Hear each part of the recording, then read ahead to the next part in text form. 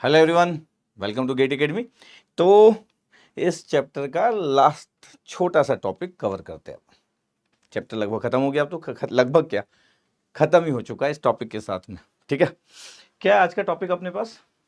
हम जैसे null matrix की बात करते हैं वैसे हम नलिटी की बात करते हैं। कोई न्यूलिटी बोल देता है, कुछ नलिटी बोल देता है, एंड फ्री वेरिएबल। तो concept of nullity and free variable, concept of nullity and free variable.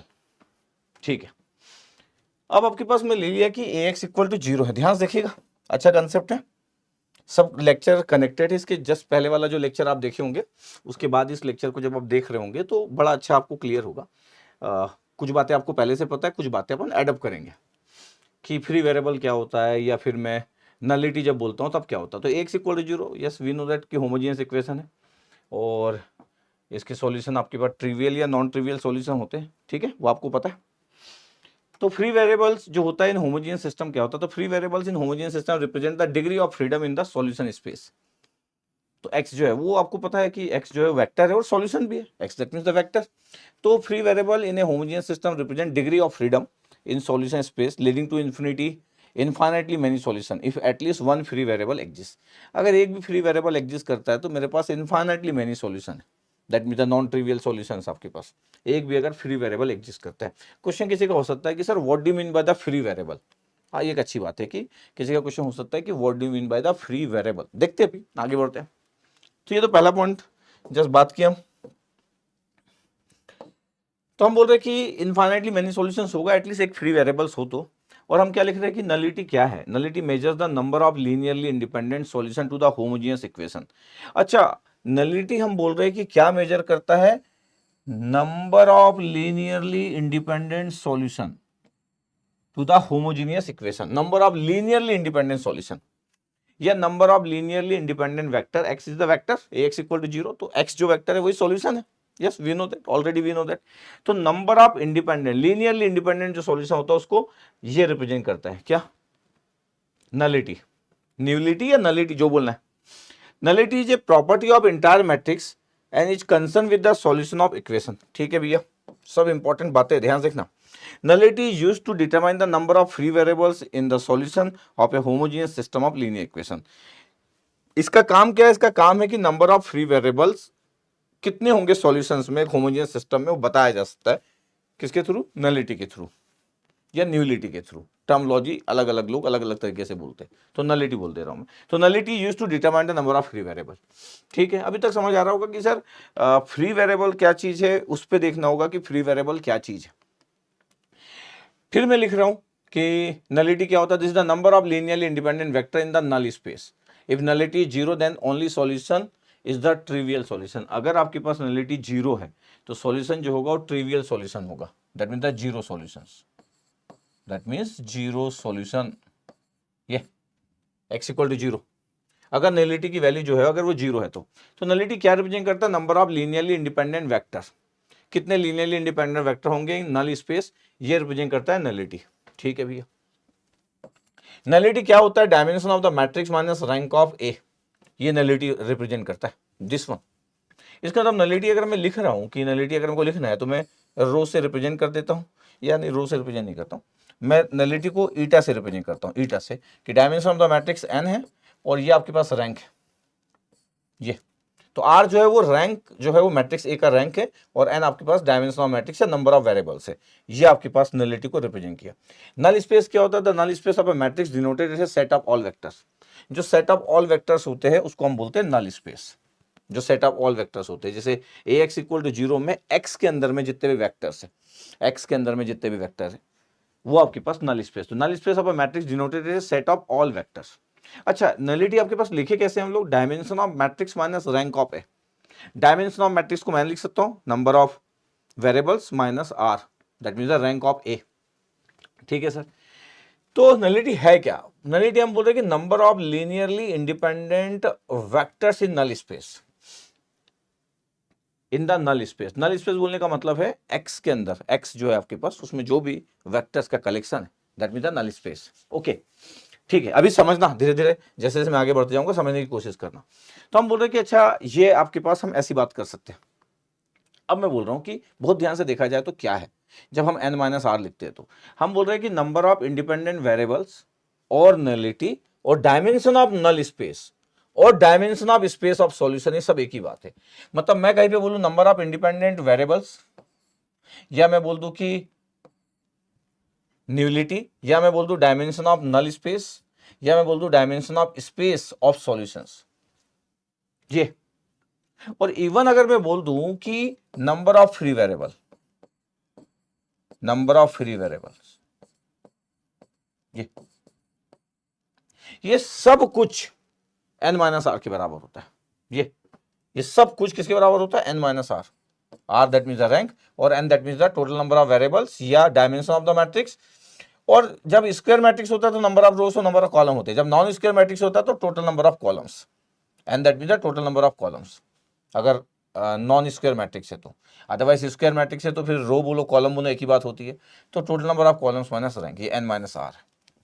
ये मैं लिख रहा था eta, that means the nullity, या नंबर ऑफ इंडिपेंडेंट वेरिएबल, या नंबर ऑफ फ्री वेरिएबल्स, या dimension of null space, the dimension of null space, ये हम बोलते रहे। ठीक है, देखिएगा। ओके, अब सपोज करो कि कोई बोल दे रहा है कि सर इसका नलिटी जो दिया है वो 1 दिया हुआ है और वैल्यू ऑफ x की वैल्यू बताना है। अब सोचो कि इसका अगर आपके पास ईटा की वैल्यू अगर आपके पास n माइनस आर होता है, ठीक है सर, n की वैल्यू कितना है? 3 क्रॉस 3 मैट्रिक्स है, डायमेंशन ऑफ द मैट्रिक्स, तो सर 3 माइनस आर हो गया, बिल्कुल 3 माइनस आर हो गया। तो नलिटी की जो वैल्यू दी है वो कितनी दी हुई है? 1 दी हुई है, तो 1 इक्वल टू 3 माइनस आर हो गया ये। तो आर की वैल्यू कितनी हो गई सर? 3 minus 1, that means 2। तो रैंक जो है इस ए मैट्रिक्स का, rank of a matrix that means the r is equal to 2। इसका क्या मतलब है? इसका मतलब है सर इसका रैंक सर अगर 3 से कम है तो इसका डिटर्मिनेंट शुड बी 0। तो ये सिग्निफाई कर रहा है कि determinant of A equal to 0, तो आप डिटर्मिनेंट 0 पुट कर दोगे और x की वैल्यू निकालोगे। इसका मतलब है ये नहीं बोला था कि ये सिंगुलर मैट्रिक्स है और x निकालो, बात वही है कि सिंगुलर मैट्रिक्स है, लेकिन बोलने का मतलब क्या था कि आपको ये दे दिया कि नलिटी आप दे दी आपके पास कि 1 है, नलिटी 1 है और वैल्यू ऑफ x, नलिटी 1 इसका है, इसका मतलब डिटर्मिनेंट विल बी 0। हाउ? तो ये जो ईटा लिखा हूं दैट मीन द नलिटी, ये और n minus r 3 minus r है, और n की value that mean the dimension of matrix n that mean the 3 और r, तो r की वैल्यू आपके पास कितना था? यहाँ पे अगर मैं देखूं तो 2 है और r that mean the rank. बार बार बोल रहा हूं कि ये सब एक ही बात है, number of independent variable, number of free variable, dimension of null space, this is the dimension of null space, this is the nullity, dimension of space of solution, all are the same, that means the n minus r। Okay sir, ये क्या represent करता है? Linearly independent vectors in the null space. Okay, ठीक है, ये solution आपके पास, ये rank of matrix is 2, इसका डिटर्मिनेंट निकालिए हम। बस डिटर्मिनेंट, अभी हम डिटर्मिनेंट सब पढ़ चुके हैं, बस फटाफट बताना था कि ये डिटर्मिनेंट सॉल्व कर लिए, डिटर्मिनेंट सॉल्व किए तो x की वैल्यू 7 आ रही। डिटर्मिनेंट कैसे भी करके सॉल्व कर सकते थे आप, एलिमेंट्री ऑपरेशन भी अप्लाई कर सकते थे। 4 और 3 7 है आपके पास, 7 और -1 है आपके पास 6 है, तो आप ये भी बोल सकते थे कि सर मेरे को इसका डिटर्मिनेंट निकालना है तो मैं एलिमेंट्री ऑपरेशन अप्लाई करना चाहता हूँ। क्या एलिमेंट्री ऑपरेशन अप्लाई करना चाहते हो?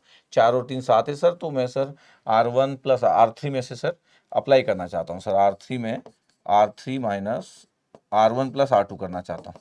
ठीक है, कर लो भैया। तो ये 4 7 2 था सर, 3 माइनस 1 और 5 है, तो 7 माइनस 7 किए तो कितना हो गया? 0, और ये किए तो कितना हो गया फिर 0, और ये 5 2 7 x माइनस 7 कर लिए ये। अब इसका डिटर्मिनेंट 0 होना चाहिए, तो फिर आपके पास हम सॉल्व कर लेंगे। ये क्या आपके पास सॉल्व कर लेंगे? यहाँ से अगर मैं सॉल्व करना चालू करता हूँ तो फिर सॉल्व किया जा सकता है कि x माइनस 7 में ले लूँ, x माइनस 7 में ले लूँ, और बाकी जो नंबर है आपके पास ये नंबर, इसके साथ ये कैंसिल आउट हुआ, -4 और -21, तो ये -28 है, 21 -4 और -4 और -21 तो -25, इसे तो कुछ होगा नहीं। तो x की वैल्यू 7, और वैसे भी इसको जरूरत सॉल्व नहीं थी, जैसे ही आपको दिखा कि x माइनस 7 है तो आपको दिख गया कि सर ये तो 0 होना चाहिए, तभी तो सर रैंक उसका लेस देन सर 3 होगा और रैंक की वैल्यू 2 होगी आपके पास, तो x इक्वल टू 6। ठीक है, ये नहीं भी करते तो फिर पूरा सॉल्व करते तो भी x इक्वल टू 7 आ जाता, इसका इशू नहीं था। मैं बोल रहा हूँ ऐसा अगर आपके पास आ गया तो आपको समझ आना चाहिए कि आपको क्वेश्चन में दिया क्या, आपको समझ आना चाहिए कि कभी अगर नलिटी आपके पास गिवन है, इसका मतलब है कि आपको ईटा गिवन है n माइनस आर, एक मैट्रिक्स के बारे में बात चल रही है, और ये सब कहां पे कंसेप्ट अप्लाई होता है? ये सर ax इक्वल टू 0 का कंसेप्ट है सर।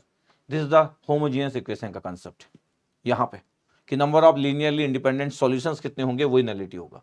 तो नंबर ऑफ इंडिपेंडेंट सॉल्यूशन या नंबर ऑफ इंडिपेंडेंट आपके पास, that means number of independent solution, number of independent solution, independent solution, या नंबर ऑफ इंडिपेंडेंट वेक्टर्स, या नंबर ऑफ इंडिपेंडेंट वेरिएबल्स, या number of independent vectors, ये सब एक ही बात है। Number of independent vector, number of independent vectors. तो नंबर ऑफ, जब आप इंडिपेंडेंट वेक्टर्स बोलते हो, that means x, number of independent solution, क्योंकि एक्स ही सॉल्यूशन होता है। जब आप ax इक्वल टू 0 लिखते हो, ax इक्वल टू 0 इस इक्वेशन में x क्या है? x वही सॉल्यूशंस है और वेक्टर्स है, सॉल्यूशंस और वेक्टर्स। यस सर, ये अच्छा। अभी हम फ्री वेरिएबल को उतने अच्छे तरीके से यूज नहीं किए। नॉर्मली फ्री वेरिएबल का कंसेप्ट आप ax इक्वल टू 0 में को देखने को कम मिलता है। लोग कम बात करते हैं कि इस जगह पे फ्री वेरिएबल की बात करें।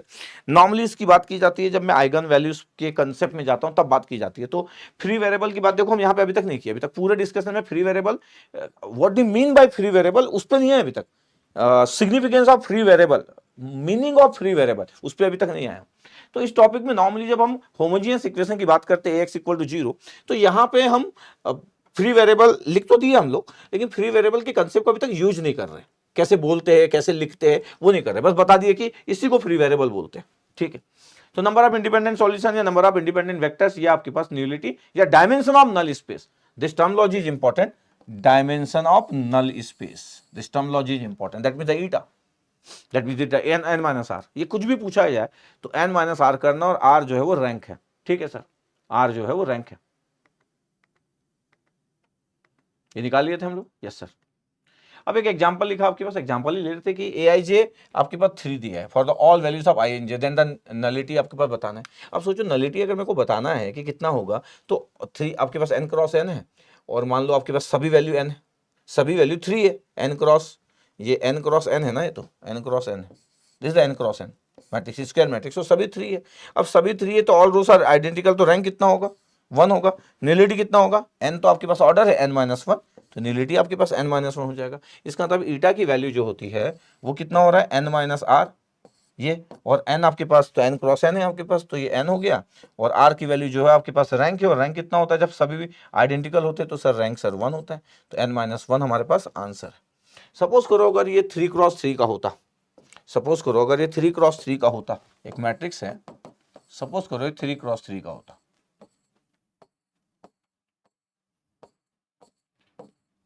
ये 3 क्रॉस 3 का होता, और मैं बोलता कि मेरे को नलिटी की वैल्यू चाहिए, ये n माइनस आर होता, n की वैल्यू कितना होता? 3, और ये r। जब मैं बोलता हूँ कि इसका रैंक बताओ, तो रैंक आपको पता है कि अगर मैं इसका अगर सॉल्व करूँ, कि इसका अगर मैं डिटर्मिनेंट की बात करूँ, तो पूरे एलिमेंट को मैं 0 कर सकता हूँ एलिमेंट्री ऑपरेशन से, ये सब 0 हो जाएंगे ये, और अगर ये सब 0 हो गए तो इसका रैंक कितना है? सर इसका अगर मैं रैंक बताऊं कि रैंक ऑफ ए कितना है, रैंक ऑफ ए कितना है, या फिर मैं बोलूँ आर कितना है, तो किसकी वैल्यू कितना है? 1 है। तो जब मैं बोलता हूँ कि नलिटी की वैल्यू अगर आपको निकालना है, तो 3 माइनस 1 कितना हो गया? 2। और ध्यान से देखा जाए कि जो 2 निकला है ये क्या है, जो ये 2 निकला है ये क्या है? ये नलिटी आपके पास, ये नंबर ऑफ जीरोस आपके पास, ये आपके पास हो गया, ये eta equal to 2। Number of zero rows आपके पास, स्क्वायर मैट्रिक्स है तो नंबर ऑफ जो जीरो रोज है, नंबर ऑफ जीरो जो रोज है वही आपके पास नलिटी है, number of zero rows, number of zero rows, ये दिस वन। अभी देखिएगा अच्छे से, और बात करते जा रहा हूं मैं। अभी तो मैं एक्स इक्वल टू 0 की बात कर रहा हूं कि अगर मेरे को एनालिटी पूछ रहा हो, यू नो दैट कि n माइनस आर है आपके पास, तो बस बोले इतना हम लोग कर लेंगे। ठीक है सर। अच्छा, नलिटी आपके पास क्या है? तो नंबर ऑफ जीरो रोज जो आपके पास है वो 2 दिख रहा है आपके पास, वो यही 2 है। 3 क्रॉस 3 का मैट्रिक्स n था, r की वैल्यू 1 थी, number of non zero, that mean the rank, ये कर दिए हम लोग। Okay okay sir. हाँ, अब कंसेप्ट ऑफ फ्री वेरिएबल की जब बात करते हैं, तो एक्चुअल कंसेप्ट ऑफ जो फ्री वेरिएबल आता है, again homogeneous equations, but this time ax equal to lambda x, this equation is the ax equal to lambda x or a minus lambda x, again homogeneous equations, again homogeneous equations, again homogeneous equations, again homogeneous equation है, again homogeneous equations, ये भी homogeneous equation से। अच्छा, free variable का concept तो लिख दिए, अब देखते हैं free variable. Free variables give you flexibility. क्या फ्लेक्सिबिलिटी देती है? ये बताता है कि इनफाइनाइट मैनी सॉल्यूशन है। जब मैं इनफाइनाइटली मैनी सॉल्यूशन बोलता हूं कि ax इक्वल टू में ये जो a माइनस लेमडा एक्स में इनफाइनाइटली मैनी सॉल्यूशन है, तो जो x है तो सॉल्यूशन ही, पहले भी सॉल्यूशन था, आज भी सॉल्यूशन है। इसी सॉल्यूशन को अपन आइगन वेक्टर बोलते हैं इस इक्वेशंस में for a given eigen values. तो जो सॉल्यूशंस होता है उसी सॉल्यूशंस को हम आइगन वेक्टर्स बोलते हैं इस इक्वेशंस में, a माइनस लेमडा एक्स में। इसका मतलब है पहले जब a x इक्वल टू 0 था तो x क्या था? x था सॉल्यूशन और वेक्टर। तो नॉर्मली हम सॉल्यूशन ज्यादा वर्ड यूज करते हैं जब ax इक्वल टू 0। इसी को जब मैं a minus lambda into x लिखता हूं, अब ये जो x है ये सॉल्यूशन हम कम यूज करते हैं, सॉल्यूशन अभी भी है, सॉल्यूशन वर्ड कम यूज करते हैं, इसको हम बोलते हैं eigen vector. This eigen vector correspond to the eigen value, lambda is the eigen value. ये तो फ्री वेरिएबल्स हमको फ्लेक्सिबिलिटी देता है, आपके पास कितने आइगन वेक्टर्स होंगे for a given eigen values. Free variables indicate the degree of freedom in choosing eigen vectors. ये degree of freedom देता है।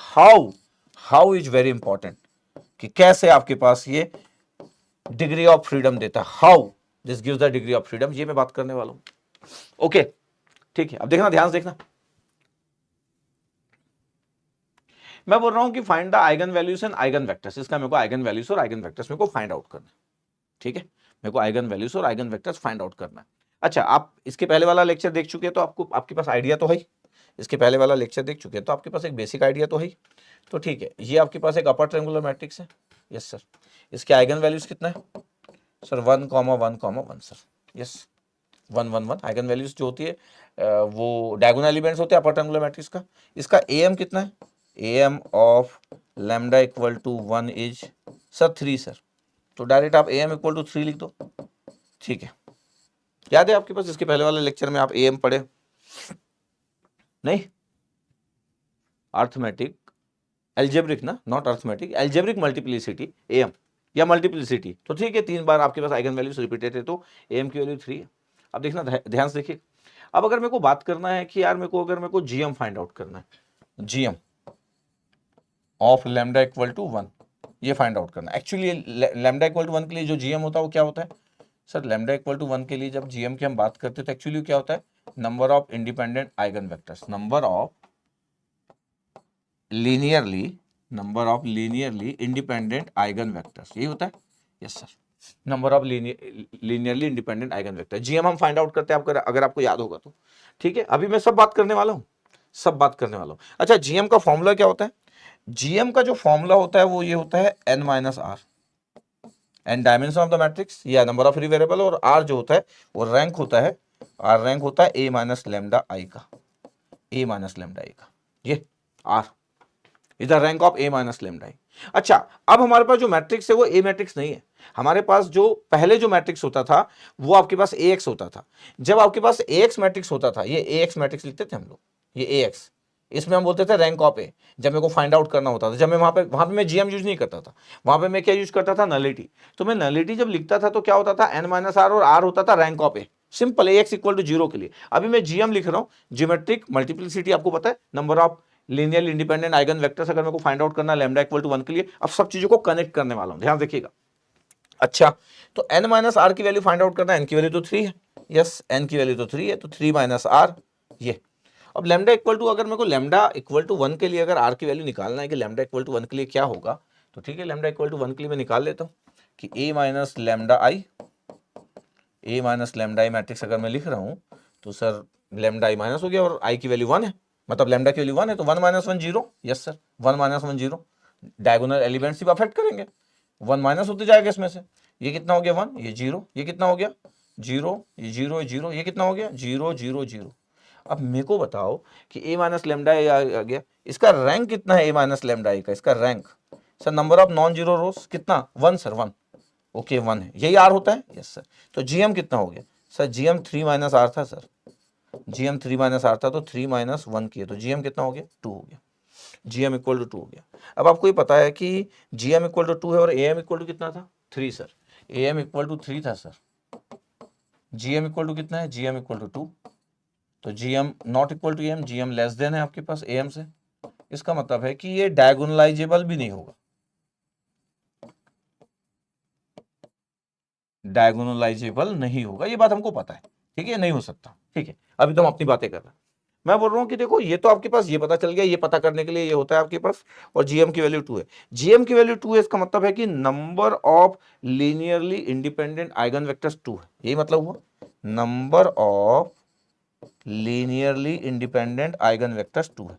अब देखिएगा, number of linearly independent eigen vectors, इसका मतलब ये हुआ कि अब इस वाले में इसका मतलब ये हो रहा है कि जो हम जीएम फाइंड आउट कर रहे हैं, हम जीएम क्या लिख रहे थे, हम जीएम लिख रहे हैं यार n माइनस आर, और n तो आपके पास नंबर ऑफ वेरिएबल, r क्या है, रैंक है, a माइनस लेमडा आई का, यस, ये जीएम लिखते हैं हम लोग।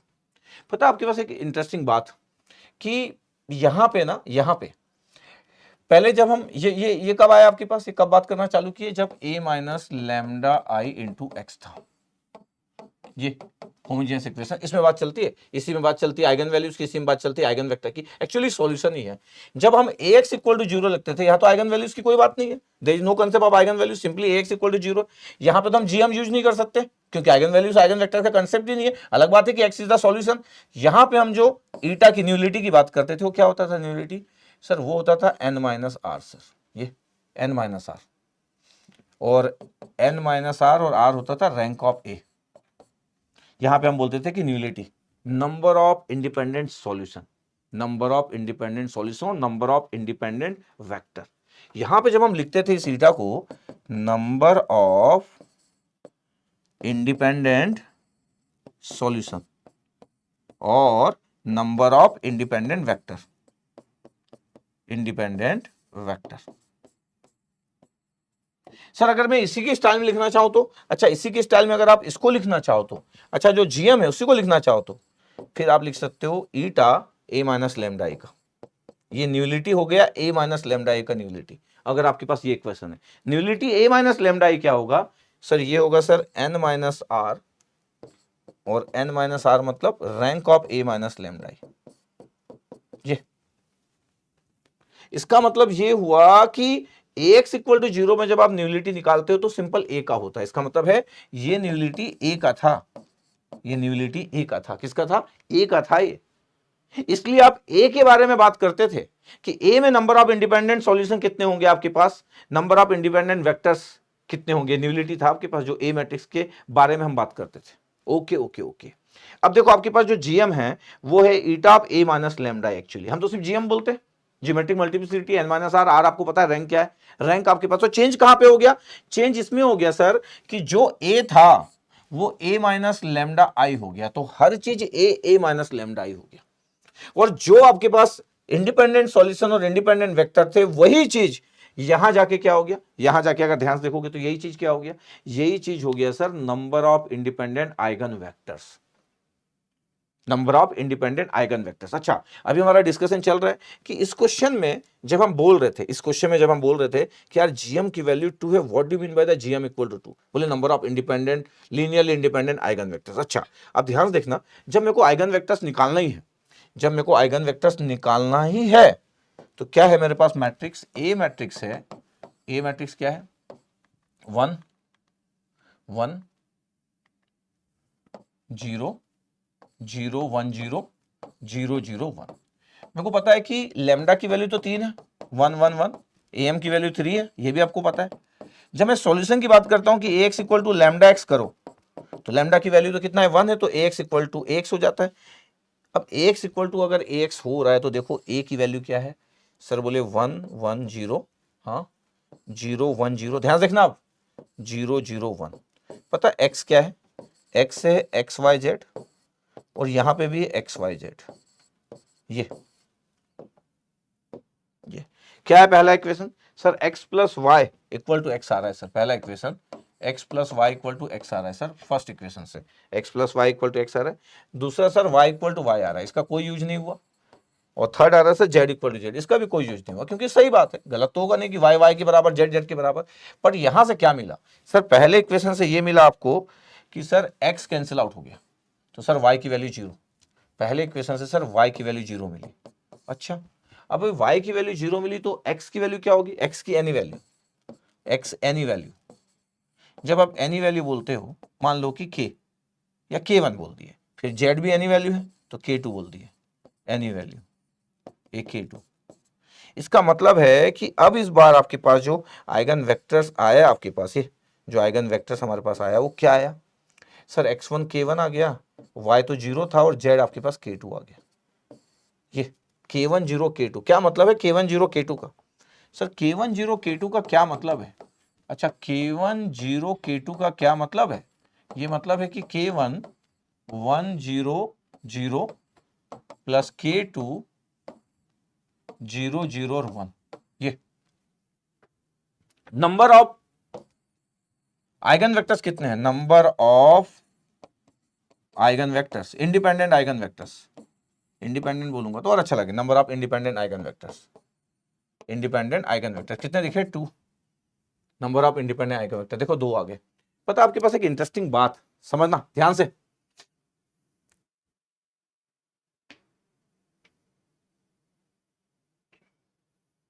ये number of independent eigen vectors की बात की हम लोग। हाँ, अब मैं बोल रहा हूं कि यार नंबर ऑफ इंडिपेंडेंट जो आइगन वेक्टर्स की बात की 2 आया, आपका जीएम कितना था इस जगह पे? सर जीएम की वैल्यू n माइनस सर वो था n माइनस आर, n3 था और r की वैल्यू अपन निकाले थे, ये r की वैल्यू निकली थी हमारे पास। ये r की वैल्यू कितना निकला था आपके पास? सर r की वैल्यू 1 निकला था sir, rank sir a minus lambda I का, बिल्कुल। तो कितना निकला था? 2 निकला था। ये जो 2 था यही आपके पास number of independent eigen vectors है। अगर मैं बोलूं कि जो जीएम आप लिखते हो या न्यूलिटी आप लिखते हैं ए माइनस लेमडा आई का, ये यही नंबर ऑफ फ्री वेरिएबल है, यही नंबर ऑफ फ्री वेरिएबल्स है, यही number of independent eigen vectors है। नंबर ऑफ फ्री वेरिएबल्स और number of independent eigen vectors, number of independent linearly independent eigen vectors, यही।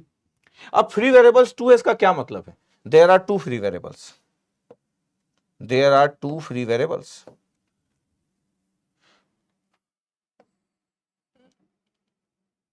First free variable is the first free variable k1,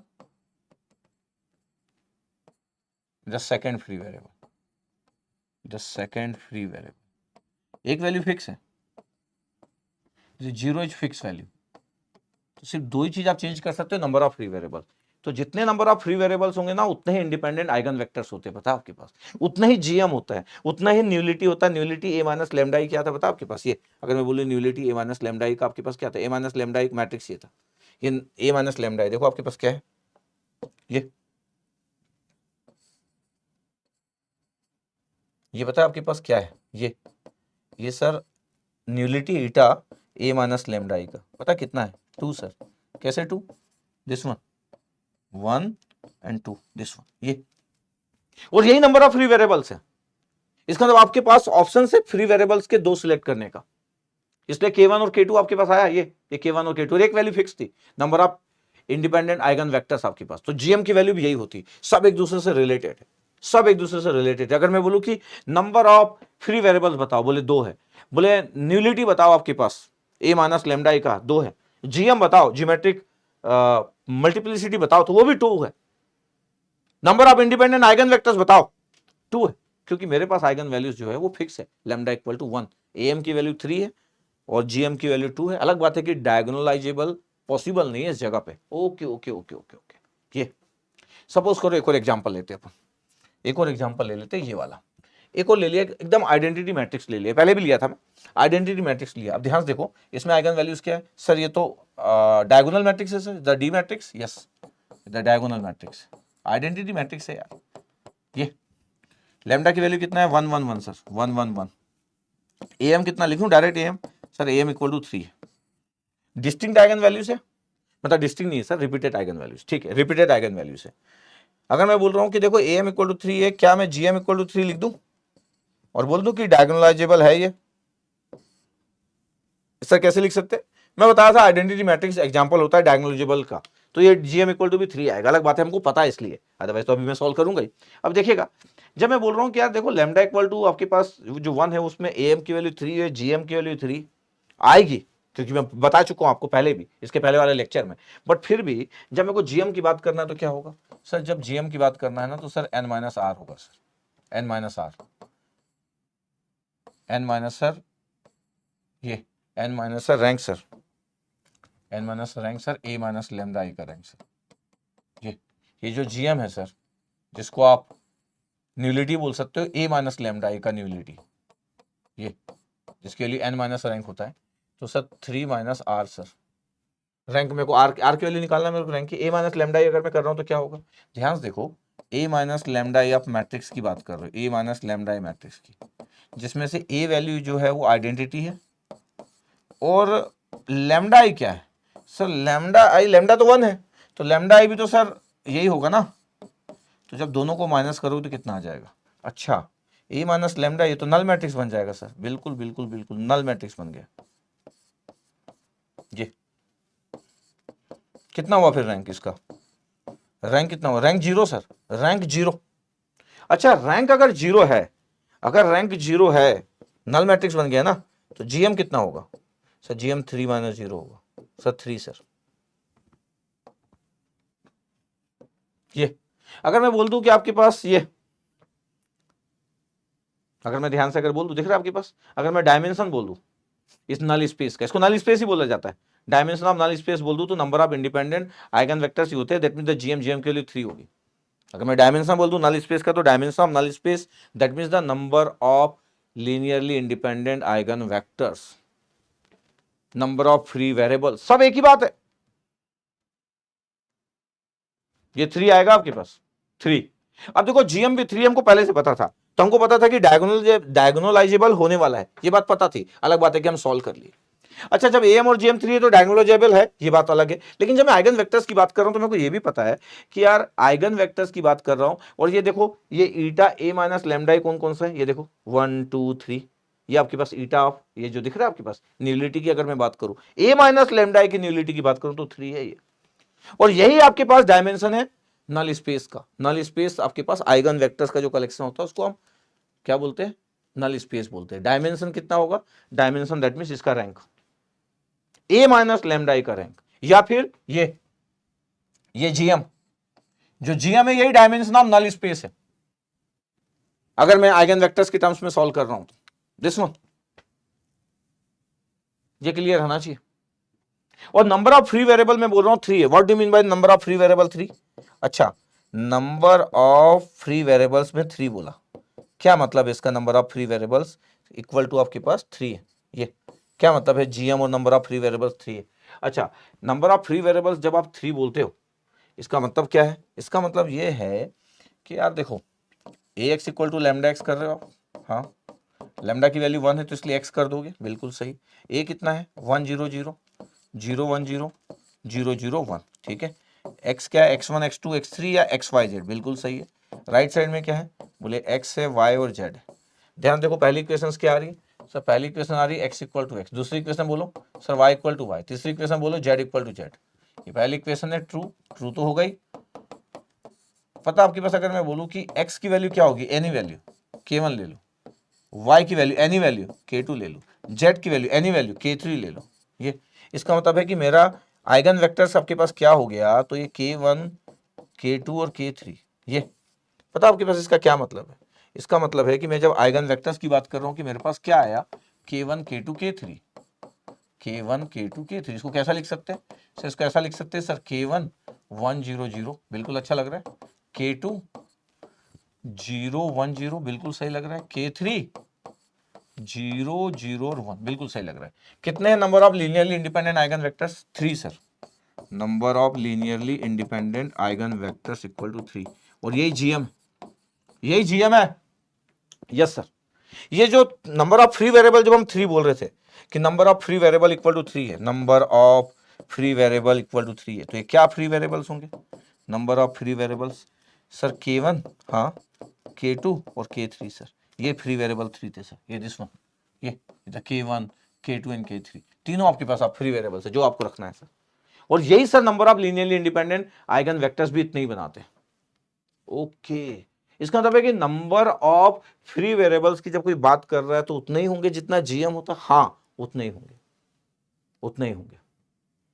और अगर मैं बोल दूं कि ये अगर मैं न्यूलिटी की बात कर दूं ए माइनस लेमडा आई के, nullity of A minus lambda I वही 3 होगा, जो जीएम होता है वही होता है। ए माइनस लेमडा आई में ये आपके पास 3 आ रहा है, इसका मतलब है कि अगर मैं बोल दूं कि डायमेंशन ऑफ नल स्पेस क्या होगा, तो डायमेंशन ऑफ नल स्पेस ये 3 होगा। ये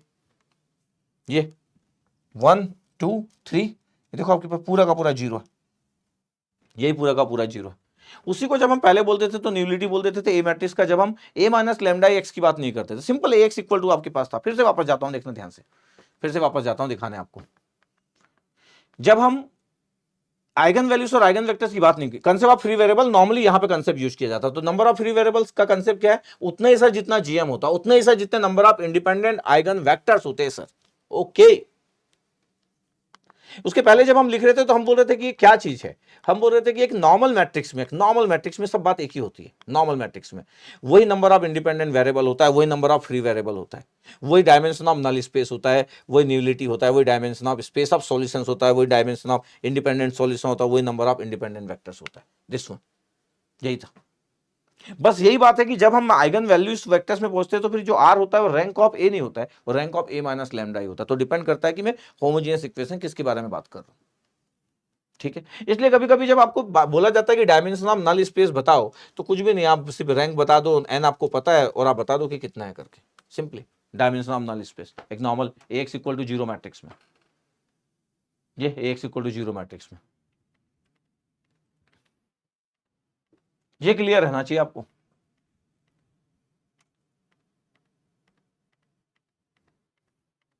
तो सिर्फ आप रैंक निकाल दो, एन माइनस आर कर दो, आपको डायमेंशन ऑफ नल स्पेस पता चल जाएगा। तो नल स्पेस आपके पास कलेक्शन है,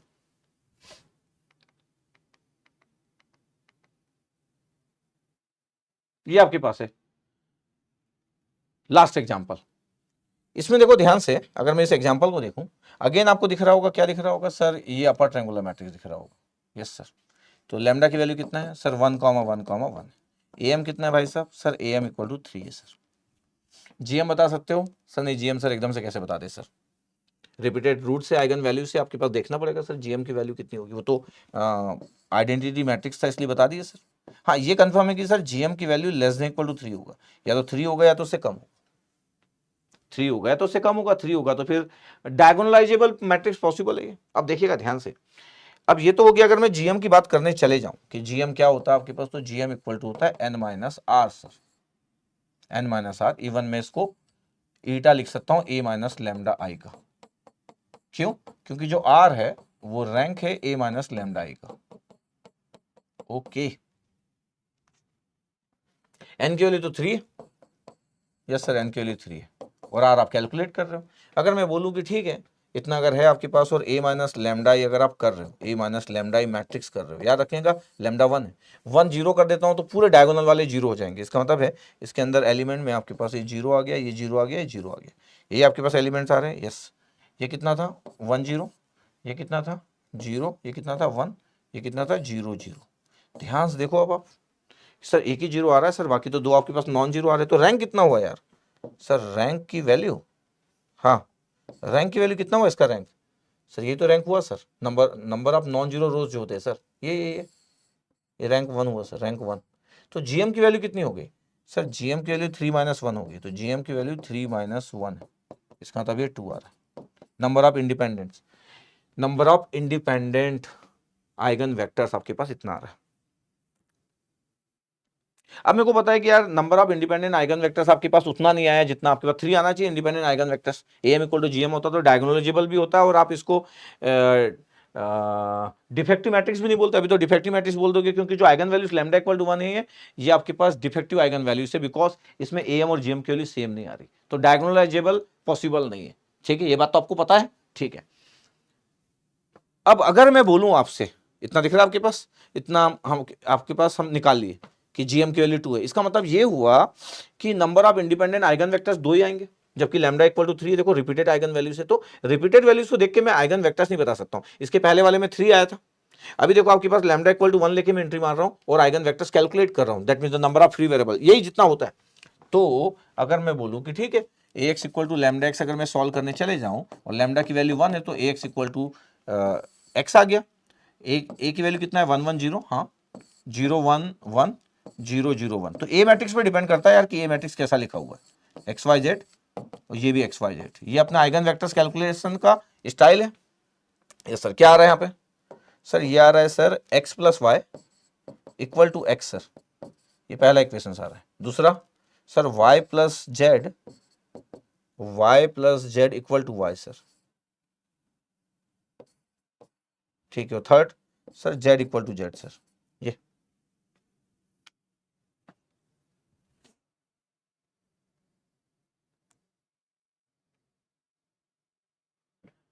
रैंक मेरे पास कितना आया था? रैंक मेरे पास 1 नहीं आया था यार, यहाँ पे मिस्टेक किया मैं।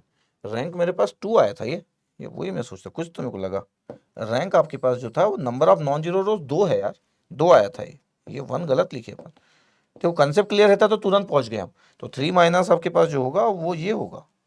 ओके, ये देखो 3 माइनस 2 की है, तो ये कितना आ गया आपके पास? ये 1 है। अच्छा, मैं वापस क्यों आया चेक करने? क्योंकि मेरे को बाद में चेक करने दिखा कि अच्छा ये तो जीएम की वैल्यू तो 1 आ रहा है, number of linearly independent eigen vectors only 1 आने वाला है। अच्छा, मेरे को कैसे पता चला? जब मैं यहाँ पे आ गया कि मैं कुछ गड़बड़ तो किया करके। अच्छा, 3 इक्वेशन थी आपके पास। इन 3 इक्वेशन से क्या पता चल रहा है सर? इन 3 इक्वेशन से ये पता चल रहा है क्या कि पहले में सर एक्स कैंसिल आउट हुआ तो वाई जीरो आ गया, सेकंड में वाई कैंसिल आउट हुआ तो जेड जीरो आ गया। इसका मतलब है पहला इक्वेशन बोल रहा है कि वाई जीरो, हाँ। दूसरा इक्वेशन क्या बोल रहा है? Z zero. और बस इतना ही। तो सर x आपके पास क्या हो सकता है? x एनी वैल्यू, तो x इक्वल टू के, y इक्वल टू 0 और z इक्वल टू 0। तो पता आपके पास क्या आ गया सर? आइगन वेक्टर जो आ गया इज द k 0 0। k की कोई भी वैल्यू ले लो, आपको 1 लेने का मन है तो 1 0 0 ले लो। पता आपके पास कितना आइगन वेक्टर्स हुआ? Only one, only one, only one linearly independent eigen vectors. और इसी को आप जीएम बोलते हैं, जो जीएम 1 आया। इसी को आप नंबर ऑफ फ्री वेरिएबल बोलते हैं। पता है? Number of free variable, number of free variable. ये एक ही फ्री वेरिएबल है, क्या पता है क्या फ्री वेरिएबल? एक ही है, ओनली के, ओनली के, this one, this value, only one free variable. जितना फ्री वेरिएबल होगा उतना ही आपके पास नंबर ऑफ लीनियरली इंडिपेंडेंट आपके पास आइगन वेक्टर्स होंगे। Yes sir. तो देखो आपके पास, इसका मतलब है इस एग्जांपल में जीएम की वैल्यू 1 आई। इस एग्जांपल में, किस एग्जांपल में? 88 में जीएम की वैल्यू 1 आई, जबकि आइगन वैल्यूज 1 1 1 ही थे। इसके पहले वाले में जीएम की वैल्यू 3 आई थी, इस वाले में जीएम की वैल्यू 3 आई थी। इसमें भी आइगन वैल्यूज वही थे, वही 3 1। और इसके पहले वाले एग्जांपल में इस अभी अगेन आइगन वैल्यूज यहां पे भी तीनों 1 था, बट इसके में जीएम की वैल्यू 2 आ रही थी। तो आइगन वैल्यूज तीनों केस में, तीनों एग्जांपल में एएम 3 था, लेकिन एक में जीएम 2 आया, एक में 3 आया, एक में 1 आया। Okay, linearly independent. इसका मतलब है रिपीटेड आइगन वैल्यूज को देख के आप नहीं बता सकते, आपको मैट्रिक्स की नीड पड़ेगी। इसलिए वो कैलकुलेशन इज वेरी इंपॉर्टेंट। ये कैलकुलेशन बहुत इंपॉर्टेंट, इस बात को ध्यान रखिएगा। इसलिए नंबर ऑफ फ्री वेरिएबल्स हम ऐसा बोलते हैं।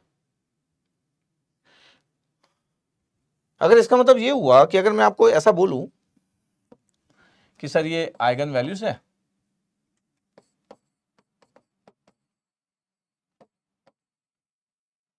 जी, और अगर मैं बोलूं कि number of linearly independent eigen vectors, ये कितना होगा? अगर मैं पहला आपको बोल दूं कि सर आइगन वैल्यूज आपके पास लैम्डा 1 और लैम्डा 2, दो आइगन वैल्यूज है, तो सर ये तो आपके पास आंसर कितना होगा? सर 2 ही होगा, ये तो क्लियर बात है। अगर मैं बोल दूं कि ये 3 है, लैम्डा 1 लैम्डा 2 लैम्डा 3, कितना होगा? सर 3 होगा सर, ये भी सही बात है।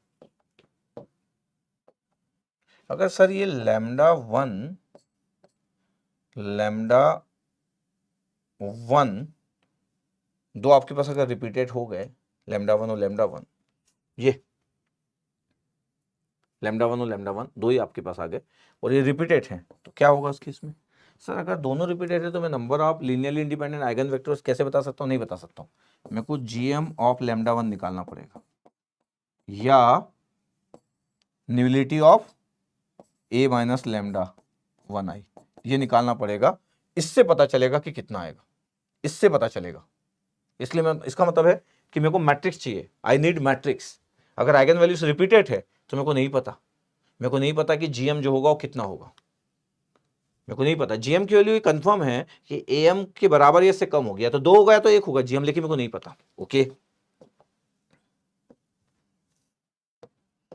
अगर मैं बोल दूं आपको कि ये लैम्डा 1 है, ये लैम्डा 1 है, रिपीटेड कर रहा हूं लैम्डा 2, देखो जरा ध्यान से, तो number of independent linearly independent eigen vectors कितने होंगे? देखो लैम्डा 2 के कारण तो 1 आ गया, हाँ, और जो लैम्डा 1 है वो तो रिपीटेड है, तो जीएम ऑफ लैम्डा 1, लैम्डा 1 का जीएम निकालना पड़ेगा। 1 क्यों आया? ये लैम्डा 2 के कारण, लैम्डा 2 तो सिंगल है, इसके कारण तो एक आएगा इंडिपेंडेंट आइगन वेक्टर्स, तो number of linearly independent eigen vectors में लैम्डा 2 के कारण एक आ जाएगा, और लैम्डा 1 रिपीटेड है उसके कारण हमको नहीं पता, उसके लिए मैट्रिक्स की नीड होगी। इसी को आप ऐसा भी लिख सकते हो कि 1 प्लस ये न्यूलिटी किसका, ए माइनस लैम्डा 1 आई, ये दिस वन। ओके,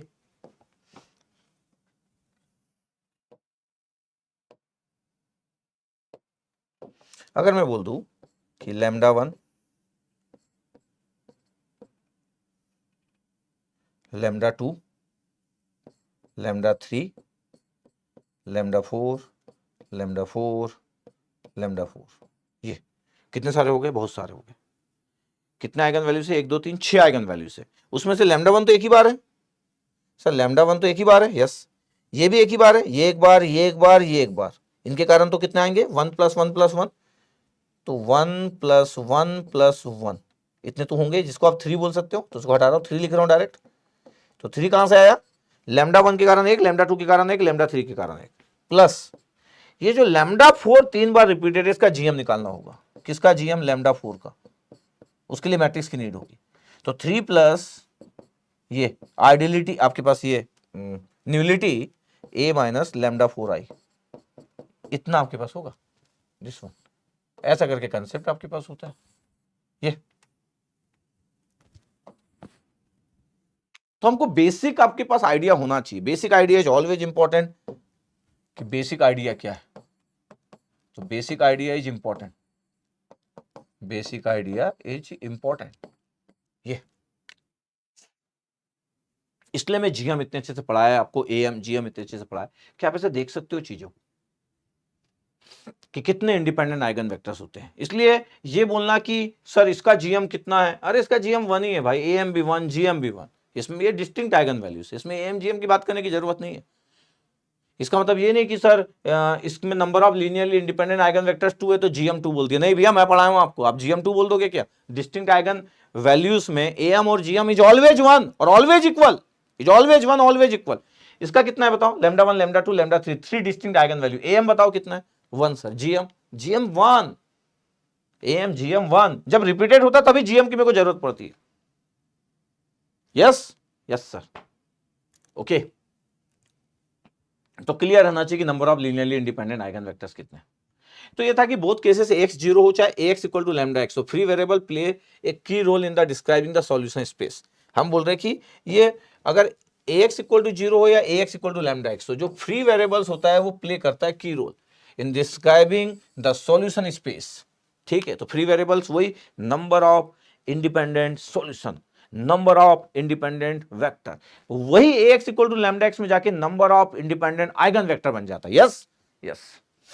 तो free variable play key role, x equal to 0 में they describe the null space, they describe the null space of A, और जब x equal to lambda x होता है तो they describe the eigen space, इसको हम eigen space भी बोलते हैं, eigen space associated with the eigen value. तो इसको आइगन स्पेस बोलना is good, this the eigen space. Null space जब भी हम बोल रहे हैं इसको आइगन स्पेस बोलना है और ज्यादा प्रेफरेबल होता है, इसको भी नल स्पेस बोल देते हैं हम, ऐसा नहीं है कि इसको नल स्पेस नहीं बोल सकते, बट फिर भी आइगन स्पेस और ज्यादा प्रेफरेबल टर्म दिखता है। तो जस्ट क्लियर रहना चाहिए। तो मैं पूरी बातें किया, जितनी बातें पॉसिबल थी, जितनी बातें पॉसिबल थी पूरी बातें कर डाला मैं। तो इस चैप्टर में जितना पढ़ाने वाला काम था लगभग मेरा हो गया। ठीक है, पूरे पढ़ाने वाली बातें पूरी कंप्लीट कर लिया, सब बातें। इतना अगर आपको आता है जितना मैं बताया, तो इसका मतलब है कि आपको कोई एक ऐसा चैप्टर आता है जो आप बहुत पावरफुल हो। इतनी पूरी बातें अगर मेरी आती है तो जितना मैं लीनियर अलजेब्रा में पढ़ाया, ठीक है, पूरी बातों को कनेक्ट किया, पूरी बातों को रिलेट किया, पूरी बातों को सॉल्व किया, जितने पीवाईक्यू थे सब सॉल्व किया। आपको दुनिया का कुछ भी एक्स्ट्रा करने की जरूरत नहीं, एक्स्ट्रा क्वेश्चन करने की जरूरत नहीं। आप सीधे एग्जाम में एंट्री मारो, अगर दुनिया का one of the best maths का पेपर फ्रेम होगा तब भी आप कंफर्टेबल रहेंगे सॉल्व करने में। लीनियर अलजेब्रा की बात कर रहा हूं ओनली, अभी मैं सिर्फ लीनियर अलजेब्रा पढ़ाया हूं। ओके, ठीक है, कमेंट सेक्शन में बताइएगा चीजें आपको कैसी लग रही है, कैसे आप फील कर रहे हो, बताइएगा।